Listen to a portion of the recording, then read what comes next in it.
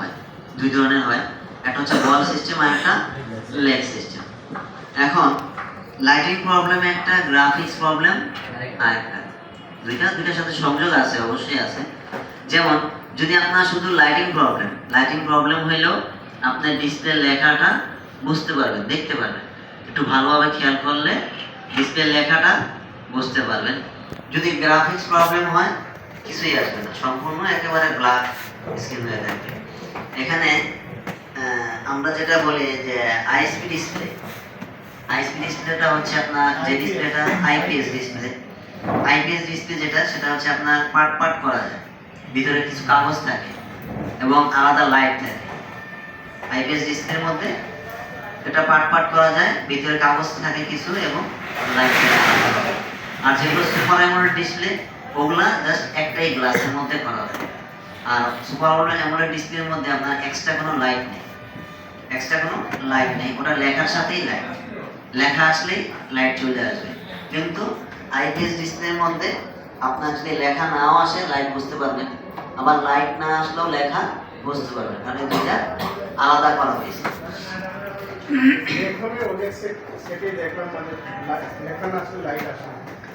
ওটা হচ্ছে আপনার অনেক সেটা আছে, যদি একটা আইসির মধ্যে দুইটা কাজ করা হয়, যেমন গ্রাফিক্স এবং লাইটিং, একটা আইসির মধ্যে যদি দুইটা কাজ করা হয় তো সেক্ষেত্রে লাইট লেখা কিছুই আসে না। আর এই কাজটা করা হয় সবচেয়ে বেশি করা হয় সুপার অ্যামোলেড ডিসপ্লের মধ্যে।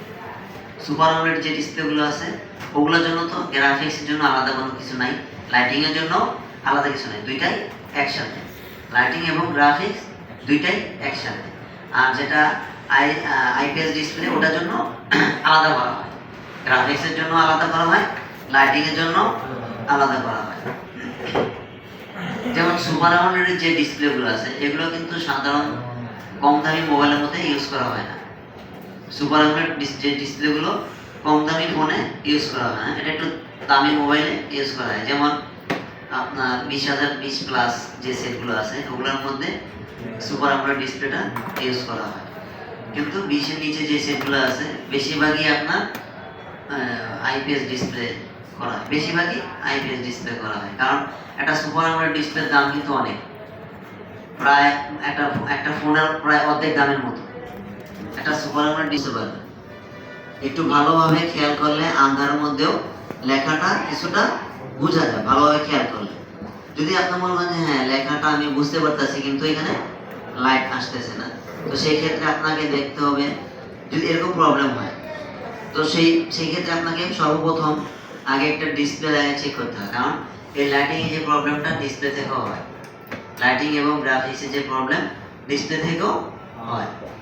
তো যদি এরকম প্রবলেম আসে যে লাইট আসতেছে না, লেখা মোটামুটি বোঝা যায় কিন্তু লাইট আসে না, তো আপনাকে আগে সেট কইলা একটা ডিসপ্লে লাগিয়ে চেক করতে হবে। যদি নতুন ডিসপ্লের মধ্যে একই প্রবলেম হয় তো অবশ্যই বুঝতে পারেন লাইটিং সেকশনে সমস্যা। আর লাইটিং সেকশনের সমস্যাটা সবচেয়ে বেশি হয় আপনার বুশ কয়েলটা। লাইটিং সেকশনে যে সমস্যাগুলো হয় সবচেয়ে বেশি হয় বুশ কয়েল, কারণ লাইট আসার জন্য আপনার মোটামুটি প্রায় 14 থেকে 15 বা 16 পর্যন্ত একটা ভোল্টেজ তৈরি হয়। যেমন যে আমাদের মোবাইলের মধ্যে ব্যাটারির মধ্যে ভোল্টেজ আছে 4.2 ভোল্ট। এই 4.2 ভোল্ট থেকে কনভার্ট করে বুশ কয়েলের মাধ্যমে, ডায়োডের মাধ্যমে, আইসির মাধ্যমে ফিউজটার সাহায্যে একটা ভোল্টেজ তৈরি হয়। ভোল্টেজটা তৈরি হয়ে লাইটটাকে জ্বালানোর জন্য আর কি কাজ করা হয়। তো এই ভোল্টেজটা কখন পাওয়া যাবে? যখন আপনার ডিসপ্লে সেটের মধ্যে লাগানো থাকবে, লাগানো অবস্থায় অন করবেন, তখন এই ভোল্টেজটা বৃদ্ধি হবে। আপনি ডিসপ্লে ছাড়া সেট অন করবেন, এই ভোল্টেজটা আসবে না, লাইটিং লাইনের প্লাসে আপনার সর্বোচ্চ হয়তো বা 3 ভোল্ট বা 3.5 ভোল্ট পাইবেন। যখন ডিসপ্লে লাগানো হবে, ডিসপ্লে লাগা অন করা হবে, তখনই ভোল্টেজটা বৃদ্ধি হয়। বুঝতে পারছেন? এখন এখানে দেখা যায় আমাদের এই যে LCD plus, LED 1 minus, LED 2 minus, এই যে এলইডি 1 বা 2 এই দুইটা হচ্ছে মাইনাসের কাজ করে, লাইটিং সেকশনে মাইনাসের কাজ করে। এলসিডি প্লাস, এই এলসিডি যে প্লাস লাইনটা এটার মধ্যেই মূলত ভোল্টেজগুলো আসে, এই লাইনটার মধ্যেই ভোল্টেজ আসে। এখানে দেখেন এটা হচ্ছে আমাদের পুরোটা এলসিডি কানেক্টর। আপনার লাইটিং সেকশন যে প্লাস লাইনটা সবসময় কানেক্টরের যে কোনো এক কোণায় থাকে, যে কোনো এক কোণায় থাকে। কিছু কিছু ক্ষেত্রে, কিছু কিছু মডেলের ক্ষেত্রে একটু ভিন্নতা দিতে পারে, কিন্তু সবচেয়ে বেশি হয় যে কোনো এক সাইডে থাকবে। যেমন এই সেটের মধ্যে উপর দিকে বাম দিকে দিয়ে দিচ্ছে, কিছু সেট আছে নিচে দিতে পারে, অথবা এই কোণায় দিতে পারে বা নিচে কোণায় দিতে পারে। এখন এটার মধ্যে ইউজ করা হয়েছে বাম পাশের উপরের এক সাইডে, এক কোণার মধ্যে। তো এই লাইনটাকে আপনার চেক করতে হবে যে এই লাইনের মধ্যে আপনার ভোল্টেজ আসে কিনা। আর ভোল্টেজটা কিভাবে পাবেন? ব্যাটারি লাগায়া যখন অন করবেন তখন এখানে ভোল্টেজ আছে। এখানে আপনার মিনিমাম 3 থেকে 3.5 বা 4 ভোল্টের একটা ভোল্টেজ শো করবে। আচ্ছা, এই লাইনটা সরাসরি আসছে আমাদের লাইটিং সেকশনে। এটা হচ্ছে আমাদের লাইটিং আইসি, এটা হচ্ছে বুস্ট কয়েল, এটা ডায়োড, ক্যাপাসিটর, রেজিস্টর, এটাও একটা ফিউজ রেজিস্টর। এখানে বিপিএস ভোল্টেজ ইউজ করা হয়েছে লাইটিং সেকশনটাকে অন করার জন্য। বিপিএস ভোল্টেজটা ইউজ করা হয়েছে। বিপিএস ভোল্টেজে থাকে আপনার 3.7 থেকে 4.2 পর্যন্ত ভোল্টেজটা থাকবে। এই ভোল্টেজটা আপনার আইসির মধ্যেও যায়, বুস্ট কয়েলেও থাকে, রেজিস্টর মাধ্যমে হয়ে চার্জিং এসি থেকে বের হয়েছে। এটা হচ্ছে আমাদের চার্জিং এসি। চার্জিং এসি থেকে বের হয়ে আমাদের লাইটিং সেকশনে ঢুকে গেছে। তো আগে আপনাকে ভোল্টেজটা চেক করতে হবে। যদি লাইটিং এরকম প্রবলেম হয় ভোল্টেজটা চেক করবেন। ভোল্টেজটা চেক করার পরে যদি ভোল্টেজ অ্যাকুরেট পান তো সেই ক্ষেত্রে আপনাকে বুস্ট কয়েলের দিকে একটু খেয়াল করতে হবে। এটা মানে অনেক সময় দেখা যায় ভোল্টেজ বৃদ্ধি হওয়ার কারণে কয়েলটার রং চেঞ্জ হয়ে যায়। যেমন একটা লোড থাকে না, যে কোনো জিনিসের লোডে যদি ওভার হয়ে যায় তো সেটা নষ্ট হয়ে যাওয়ার সম্ভাবনা থাকে। যেমন এই যে বুস্ট কয়েলটা, এটার ভিতরে কিন্তু তার পেঁচানো একটা লিকুইড দিয়ে লাগানো থাকে। যখন এটা ওভার ভোল্টেজ হয়ে যায় এই বুস্ট কয়েল থেকে সাইড দিয়ে কিছু লিকুইড বের হয়ে যায় অথবা কালো হয়ে যায়। কালো এরকম ভাবে কালো হয়, মনে হয় যে দেখলে মনে হবে যে এটা পুড়ে গেছে, ভিতর দিয়ে পুড়ে গেছে। আপনি বুস্ট কয়েলটা চেঞ্জ করবেন, পাশাপাশি ডায়োডের সাথে যে ক্যাপাসিটরটা থাকে, যেমন এটার মধ্যে একটা ইউজ করা হয়েছে, কিছু কিছু সেট আছে 2টা ক্যাপাসিটর ইউজ করা হয়। যেমন স্যামসাং A12 মধ্যে সবচেয়ে বেশি প্রবলেম হয় লাইটিং। স্যামসাং A12 এটার মধ্যে আপনার সবচেয়ে বেশি প্রবলেম হয় লাইটিং এর। তো সেই স্যামসাং A12 মধ্যে আপনার বুস্ট কয়েল তো অবশ্যই নষ্ট হয়। বুস্ট কয়েলের পাশাপাশি এরকম পাশাপাশি 2টা ক্যাপাসিটর থাকে, সেই ক্যাপাসিটরগুলো প্রবলেম হয়ে যায়। তখন কি করতে হবে? আপনাকে বুস্ট কয়েলটা চেঞ্জ করতে হবে এবং ক্যাপাসিটর যদি একটা থাকে একটা চেঞ্জ করবেন, 2টা থাকলে 2টাই চেঞ্জ করে দেবেন। তো সবচাইতে ভালো হয়, এটা চেঞ্জ করার ক্ষেত্রে সবচাইতে ভালো হয় লাইটিং সেকশন থেকে যদি লাগাইতে পারেন, এটা সবচাইতে ভালো, বেস্ট। আচ্ছা, আর বুস্ট কয়েল কিন্তু একটা সেটের মধ্যে একটাই থাকে। বুস্ট কয়েল একটা সেটের মধ্যে একটাই ইউজ করা হয়, সেটা জাস্ট শুধুমাত্র লাইটিং সেকশনের জন্য ইউজ করা হয়। বাকি যে কয়েলগুলো আছে সেগুলো হচ্ছে সব বাক কয়েল। ঠিক আছে ভাই? অডিও সেকশনে যে কয়েলটা থাকে সেটাও বাক কয়েলের মধ্যে কাজ করে। আর অডিও সেকশনে যেটা থাকে সেটা হচ্ছে একটু সাইজে ছোট, একটু ছোট। আর আপনার লাইটিং সেকশনে এবং চার্জিং সেকশনে যে কয়েলগুলো থাকে এগুলো একটু সাইজে বড় হয়। লাইটিং সেকশনটা বলা হয় বুস্ট কয়েল, চার্জিং সেকশনটাকে বলা হয় বাক কয়েল। ঠিক আছে?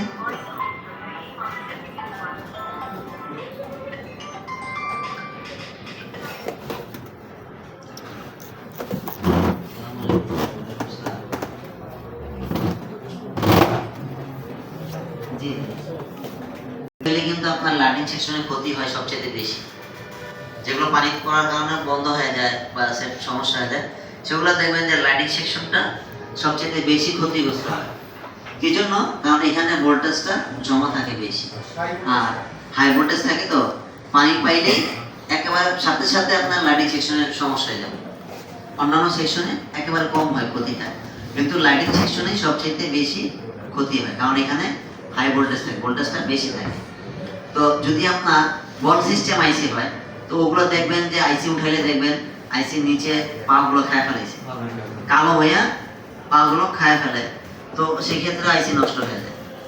ঠিক আছে? আর এছাড়া আপনার ইউজের ক্ষেত্রে আইসি একেবারে নষ্ট হয়ই না বলা যায়। বুঝতে পারছেন? লাইটিং সেকশনের আইসিটা ইউজের ক্ষেত্রে নষ্ট হয় না বলা যায়। এখানে জাস্ট ইউজের ক্ষেত্রে কি প্রবলেম হয়, সবচেয়ে বেশি প্রবলেম হয় আপনার বুশ কয়েল। সবচাইতে বেশি প্রবলেম হবে বুশ কয়েলটা। এই বুশ কয়েলটা যেহেতু এটার মধ্যে ভোল্টেজটা প্রচুর পরিমাণে জমা হয়, সাপ্লাই করা হয়, এজন্য অনেক সময় একটু ওভার হয়ে গেলে সে লোড নিতে পারে না। লোড না নিতে পারে কয়েলটা নষ্ট হয়ে যায়। আর কয়েলটা নষ্ট হয়ে গেলেই আপনার ভোল্টেজটা তো আদান প্রদান করতে পারতেছে না, তখনই লাইটিং প্রবলেমটা হয়ে যায়। অনেক সময় আবার দেখবেন আপনার কয়েল ঠিক আছে কিন্তু ক্যাপাসিটরের কারণেও লাইটিং আসবে না। আর লাইটিং সেকশনের প্রত্যেকটা পার্টসই জরুরি। লাইটিং সেকশনটা কিন্তু ছোট, লাইটিং সেকশনটা ছোট, কিন্তু এটার যে পার্টসগুলো আছে, রেজিস্টর বলেন, ক্যাপাসিটর বলেন, যেটাই বলেন, সবকিছুই জরুরি। যেমন এই যে লাইটিং সেকশনটা জাস্ট এই এতটুকু দেখছেন, ঠিক এতটুকু, এই এতটুকুর মধ্যে যা আছে সবকিছু জরুরি। সেক্ষেত্রে আপনার এই যে রেজিস্টরটা আছে, এই রেজিস্টরটা আছে, এটা জাম্পার করে দেন, সমস্যা নেই। না থাকলে সমস্যা নাই, এটা না থাকলে বাস আপনি জাম্পার করলেও কাজ হবে। বুঝতে পারছেন? এখন যদি মনে হয় যে আপনার এই যে এই রেজিস্টরটা নাই, ধরেন এই রেজিস্টর নাই, কারণ এই রেজিস্টরের জায়গায় যদি আপনি জাম্পার করেন অনেক সময় কাজ করবে না। জাম্পার করলে কাজ করবে না, কারণ রেজিস্টরের একটা মান আছে, রেজিস্টরটা একটা মান আছে, তো ওই মান অনুযায়ী লাগাইতে হয়। ধরেন এই যে ক্যাপাসিটরটা নাই, ছোট্ট একটা ক্যাপাসিটর নাই, এটা না থাকার কারণে আপনার লাইটিং সমস্যা হবে। বুঝতে পারতেছেন? এটা না থাকলেও লাইটিং সমস্যা, কিন্তু আপনার লাইটিং সেকশনে যে পার্টসগুলো আছে সমস্ত পার্টসগুলোই রাখা জরুরি। আরেকটা বিষয় হচ্ছে, আমরা আমাদের অনেক সেটে দেখবেন ব্রাইটনেস বাড়েও না কমেও না, যে কোনো এক জায়গায় থাকে, যে কোনো এক জায়গায় থাকে, হয়তো মিডিয়াম পন্থায় অথবা হাই পন্থায় অথবা লো পন্থায়, যে কোনো এক জায়গায় থাকে। ব্রাইটনেস আপনি ফুল করে দিয়েছেন, ওইখানেই আছে, বাড়েও না সেটা কমেও না। এই প্রবলেমটাও আপনার বুশ কয়েল থেকে হয়। এই যে প্রবলেমটা, এই প্রবলেমটাও বুশ কয়েল থেকে হয়। বুঝতে পারতেছেন ভাই? বিষয়গুলো খেয়াল করেন, কারণ এগুলো আপনাদের সামনে আসবে কাজের ক্ষেত্রে, এই প্রবলেমগুলো অবশ্যই আসবে। তখন এই বুশ কয়েলটা আপনার মার্কেটে পাওয়া যায়। বুশ কয়েল বলেন, এই যে ডায়োড বলেন, আইসি বলেন, সব কিছুই মার্কেটে কিনতে পাওয়া যায়। জাস্ট শুধুমাত্র ক্যাপাসিটরটা আর কি কিনতে পাওয়া যায় না। ক্যাপাসিটরটা আপনি যে কোনো বোর্ড থেকে লাগাইতে পারবেন। বুঝতে পারছেন? ক্যাপাসিটরগুলো যে কোনো বোর্ড থেকে লাগাইতে পারবেন, কিন্তু বুশ কয়েলের ক্ষেত্রে, ডায়োডের ক্ষেত্রে যে কোনো সেকশন থেকে আইনা লাগাইলেও কাজ করবে না। বুশ কয়েল ডায়োডের ক্ষেত্রে যে কোনো সেকশন থেকে আইনা লাগাইলে কাজ করবে না। বুঝতে পারছেন ভাই? বিষয়টা বুঝতে পারছেন? এজন্য বুশ কয়েল এবং ডায়োড এগুলো অবশ্যই লাইটিং সেকশন থেকে লাগাইতে হয়। আপনার দেখা যায় কিছু অনেক নরমাল কিছু বোর্ড আছে যেগুলো পাওয়া যায়, বাজার কিনতে পাওয়া যায় আপনার 100 টাকা বা 150 টাকা বা 200 টাকার মধ্যে কিছু মাদারবোর্ড কিনতে পারবেন। ওখানে আপনার বুশ কয়েল পাবেন। আপনি শুধু মাদারবোর্ড দিয়ে যে বুশ কয়েলই কাজ করবে সেটা না, আপনি একটা মাদারবোর্ড দিয়ে অনেক ধরনের কাজ করতে পারবেন। ধরেন আপনার একটা নেটওয়ার্ক আইসি প্রবলেম হলো, 2GHC টা প্রবলেম, এখন 2GHC টা আপনি কোথাও পাইতেছেন না, আপনার কাছে মাদারবোর্ড আছে, অন্য একটা মাদারবোর্ড আছে, কিন্তু আইসি সেম, আইসি নাম্বার ইঞ্জিনিয়ার জন্য মাদারবোর্ড হচ্ছে একটা টাকার চেক। হ্যাঁ ভাঙে ভাঙে টাকা। হ্যাঁ, আপনি মনে করেন যে একটা মাদারবোর্ড কিনলেন, ধরেন 500 টাকা দিয়ে একটা মাদারবোর্ড কিনছেন, এটা হচ্ছে আপনি ইনভেস্ট করছেন, এটা দিয়ে এই 500 টাকা ইনভেস্ট করে আপনি 5,000 টাকা কামাইতে পারেন একটা মাদারবোর্ড দিয়ে। বুঝতে পারছেন? এজন্য মাদারবোর্ড রাখাটা আপনাদের জন্য জরুরি। এটা আপনার সব কাজে ব্যবহৃত হবে।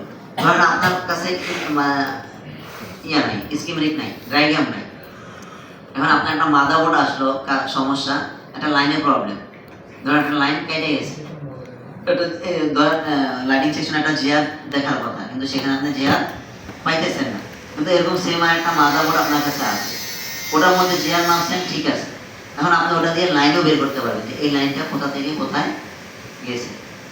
বুঝতে পারছেন? স্কিমেটিক হলে তো সহজ। যদি না থাকে, আপনার যদি মাদারবোর্ড থাকে, এই মাদারবোর্ড দিয়েও আপনি লাইনগুলো মাইপা মাইপা বের করতে পারবেন যে এই লাইনটা কোথা থেকে কোথায় গেছে। বুঝতে পারছেন? ওই মাদারবোর্ড লাইন মাইপাও আপনি নষ্ট মাদারবোর্ড ঠিক করতে পারবেন। বুঝতে পারছেন? যদি আপনার কাছে মাদারবোর্ড থাকে, আর যদি স্কিমেটিক থাকে তাহলে তো সমস্যা নেই, অন্য বিষয়। কিন্তু পার্স লাগানোর ক্ষেত্রে মাদারবোর্ড রাখাটা আপনার কাছে জরুরি। প্রত্যেকটা ক্ষেত্রে মাদারবোর্ড রাখাটা জরুরি, ঠিক আছে ভাই?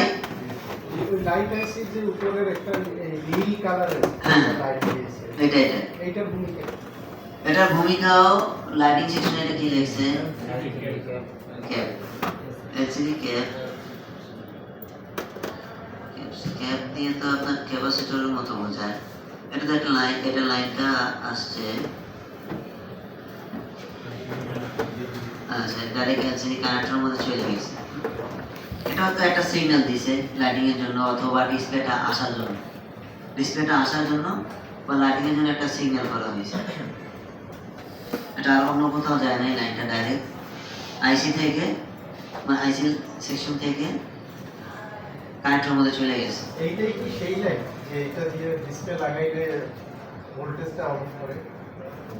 হইতে পারে, এটা হইতে পারে।